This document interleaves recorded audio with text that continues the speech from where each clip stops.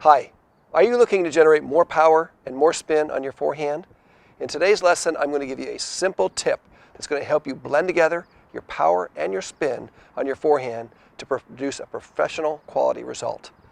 My name is John Craig, Performance Plus Tennis, USPTA Elite Professional with over 30 years of coaching experience.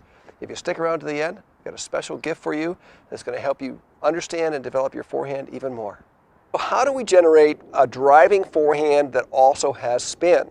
And a lot of us have been taught over the years to swing low to high. So let me ask you, does the swing really go low to high?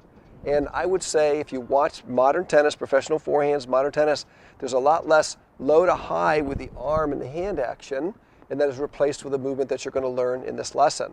So I would think less about swinging low to high and finishing high in the old classic forehand, and I would think more about swinging out and around the ball, so that when I take just a normal swing, you can see that the level of my hand through the hitting zone doesn't really change that much. It's not drastically moving from low to high, but the racket head is. So the question is, what is making the racket head move from low to high and generate the top spin at the same time while you're driving through the ball? And that action actually comes from the internal rotation of the shoulder.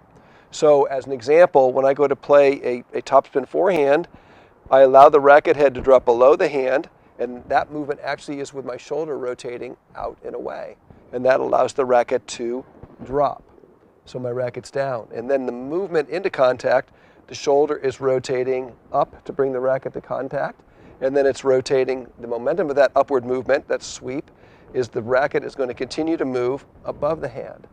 So the racket's below the hand, behind, coming into level with the hand for medium height contact, and then it's above the hand as you play through.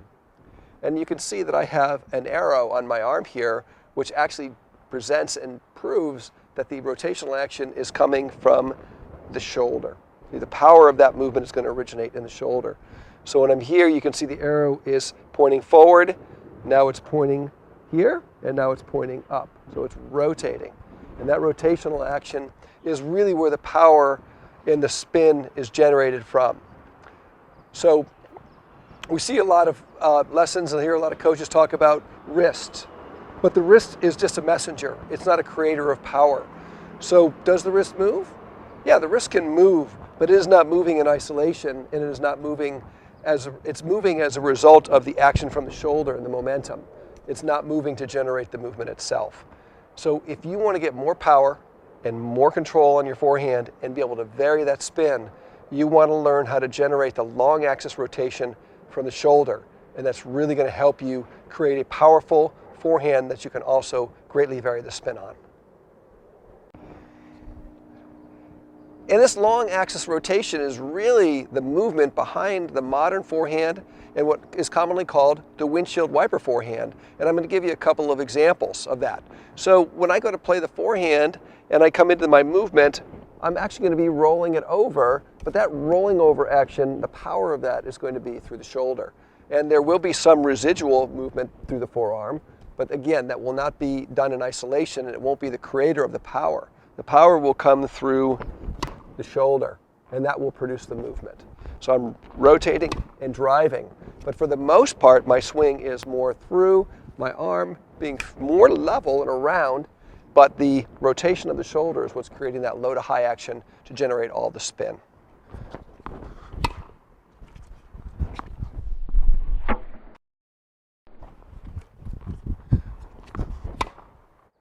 So what you want to feel to develop this skill is the feeling of relaxation, and as you're receiving the ball, soften and feel the racket drop below the hand because the shoulder rotates down and out, and then use that position, which is a position of leverage, to bring the racket up, and then just let it go and come over and try to finish with your elbow shoulder high and with the racket turned over so that it's off the opposite shoulder. And get that action where the racket's moving from low to high without such a low to high action in your arm. And once you develop that skill, you'll be able to vary the spin tremendously to be able to hit top spin lobs, flatter drives, dip drives at your opponent's feet, passing shots, everything. But you want to really develop that skill using the power and control in the shoulder initially. And if there's some residual movement as a result of that energy that comes through the forearm and the wrist, that's fine. But that's probably going to happen long after the ball is gone anyway. So that will really help you get the idea, the simple idea of using the power and control in the shoulder. Thank you for watching the video today. I hope you really benefited from this lesson. Please give us a like, subscribe to our YouTube channel here if you have not done so already, and we welcome your comments. And in particular, if you have something you'd like us to address in a video, please let us know and we will definitely produce that video for you. And we have a special gift for you. If you want to learn more about the forehand, please click the link in the description down below and you'll get access to our key principles on the forehand and also every stroke in the game to really help you build your tennis game. And while you're visiting our website, please take a look around. We have some additional free lessons. We also have a membership for our VIP members. And we also have a world-renowned Serve Foundation course that's available for you. And we look forward to seeing you in a future video.